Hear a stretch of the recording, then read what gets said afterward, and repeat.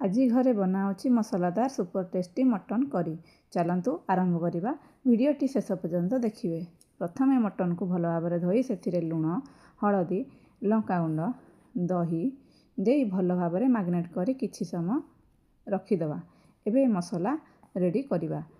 ଗୋଟିଏ ପିଆଜ, ରସୁଣ, ଖଣ୍ଡେ ଅଦା, ଗୋଟିଏ କଞ୍ଚା ଲଙ୍କା, ଗୋଟିଏ ଟମାଟୋକୁ ଦେଇ ମିକ୍ସଚରରେ ବ୍ଲେଣ୍ଡ କରିଦେବା। ଏବେ ଗ୍ୟାସ୍ ଅନ୍ କରି ପ୍ରେସର କୁକରରେ ତେଲ ଗରମ କରି ଖଣ୍ଡେ ଡାଲଚିନି, 2ଟି ଲବଙ୍ଗ, ଖଣ୍ଡେ ଷ୍ଟାର, କଟା ପିଆଜ ଦେଇ ଭାଜିବା।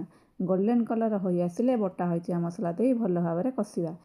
ସେଥିରେ ସ୍ୱାଦ ଅନୁସାରେ ଲୁଣ, ହଳଦୀ, ଲଙ୍କାଗୁଣ୍ଡ, ଧନିଆ ଗୁଣ୍ଡ, ମଟନ୍ ମସଲା, 1 ଚାମଚ କସ୍ତୁରୀ ମେଥି, 1/2 ଚାମଚ ଗୋଲମରିଚ ଗୁଣ୍ଡ, 2ଟି କଟା ଆଳୁ ଦେଇ କଷିବା।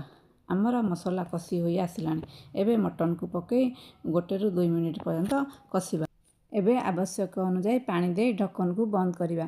ଗ୍ୟାସ୍ର ଫ୍ଲେମ୍ ସିମ୍ କରି 15 ମିନିଟ୍ ପର୍ଯ୍ୟନ୍ତ ବସାଇବା। ଶେଷରେ ଗରମ ମସଲା ଓ ଧନିଆ ପତ୍ର ପକାଇ ପରିବେଷଣ କରିବା ଆମର ସ୍ୱାଦିଷ୍ଟ ମଟନ୍ କରି। ଗରମ ଭାତ କିମ୍ବା ରୁଟି ସହିତ ଏହି ମଟନ୍ କରି ଖୁବ୍ ସ୍ୱାଦିଷ୍ଟ ଲାଗେ। ଆପଣମାନେ କେମିତି ଖାଇବାକୁ ଭଲ ପାଆନ୍ତି କମେଣ୍ଟରେ ନିଶ୍ଚୟ ଜଣାଇବେ। ଭିଡ଼ିଓଟି ଭଲ ଲାଗିଲେ ଲାଇକ୍ ଆଉ ସେୟାର କରିବେ ଆଉ ଫଲୋ କରିବାକୁ ଭୁଲିବେନି।